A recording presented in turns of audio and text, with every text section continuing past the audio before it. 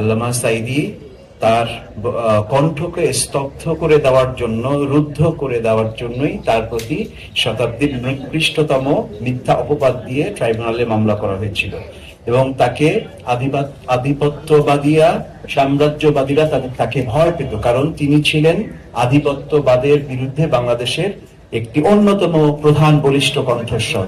এই কণ্ঠস্বরকে স্তব্ধ করার জন্য তারা আদর্শ দিয়ে মোকাবেলা করতে পারে নাই।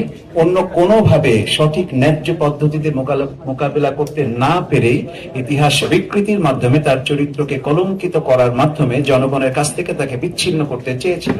কিন্তু তাদের সেই অপচেষ্টা কোনোভাবেই সফল হয় নাই। তার প্রমাণ হচ্ছে তার বিরুদ্ধে মিথ্যা যে রায়টি দেওয়া হয়, সেই রায়ের প্রতিবাদে সারা বাংলাদেশের আপামর জনসাধারণ, আবাল বৃদ্ধ বনিতা, নারী শিশু সকলেই রাস্তায় প্রতিবাদে নেমে এসেছিল এবং সেই প্রতিবাদ, সেই বিক্ষোভকে দমন করতে গিয়ে ওই ফ্যাসিস্ট স্বৈরাচারকে গণহত্যার পথ বেছে নিতে হয়েছিল। আজকে আমরা সেই গণহত্যার বিচার চাই। আমরা আল্লামা সাঈদীর প্রতি যে মিথ্যা অপবাদ দিয়ে, মিথ্যা মামলা দিয়ে চিকিৎসার নামে অপচিকিৎসা করে যে হত্যা করা হয়েছে তার বিচার চাই এবং 28শে ফেব্রুয়ারি 2013 সালে যে গণহত্যার শিকার যেসব সাধারণ মানুষ ছিল তাদের যে এই হত্যাকাণ্ডেরও একটি সুষ্ঠু বিচার তদন্ত সাপেক্ষে আমরা চাই। এই বক্তব্য রেখে আমি আমার কথা এখানে শেষ করতে দিচ্ছি। আমি ধন্যবাদ জানাচ্ছি সকলকে। আসসালামু আলাইকুম ওয়া রাহমাতুল্লাহি ওয়া বারাকাতুহু।